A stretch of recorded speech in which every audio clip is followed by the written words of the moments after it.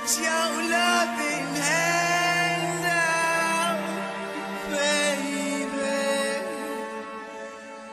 I'm begging.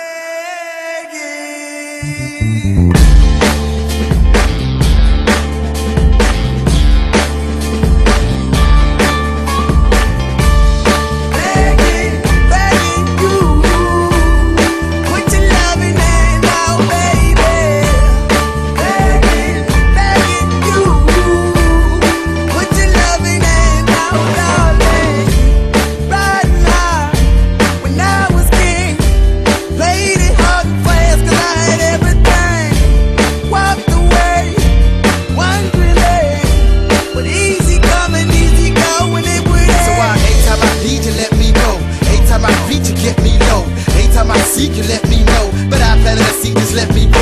I'm on my knees while I'm begging, cause I don't wanna lose you. I got my arms all spread, I hope that my heart gets fed. Matter of fact, I'm begging. Magandang araw sa inyo lahat. Ako po si Hervin Alvarez, isang estudyante sa Ateneo de Manila University at isang mananayaw. Nandito ako ngayon para ibahagi sa inyo ang aking karanasan sa pagsayaw. Kung paano nito nabago ang aking buhay, pati na rin ang aking pananaw sa mundo. Na-discover ko ang aking hiling sa pagsayaw nung ako'y 16 na taong gulang pa lamang. At dati, nanonood pa lang ako ng mga video sa YouTube. Tapos ginagaya ko na lang yung mga moves na nakikita ko. Tapos nakita ko ng nanay ko na ginagawa ko yun. Sabi niya, anak, may potential ka na maging magaling na mananayaw. So, nung summer na yun, in-enroll niya ako sa isang workshop. Tapos nakita ko nga na baka nga may talento ako dun sa pagsasayaw. So, tinatanong niya ata yung sarili niyo, saan banda yung parte na nagbago yung buhay ko dahil sa pagsasayaw? Darating na tayo dyan. Simula nung magkahilig ako sa pagsayaw ay dumami ang kaibigan ko at lumakas din ang loob ko. Nung high school ay nagkaroon ako ng pagkakataon na makipag-training kasama ang Lasal Green Hills Air Force. Kaya pagtungtong ko sa kolehiyo ay sumama naman ako sa isang grupo na tawag ay A-Company.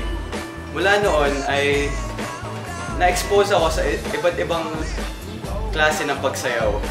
At naging interesante ako sa lahat ng kinalaman sa pagsayaw.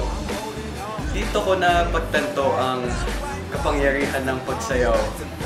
Bukod sa pag-aaral ng technique, ay pinakamahalagang natutunan ko ay passion, puso, at pagmamahal ng sayaw.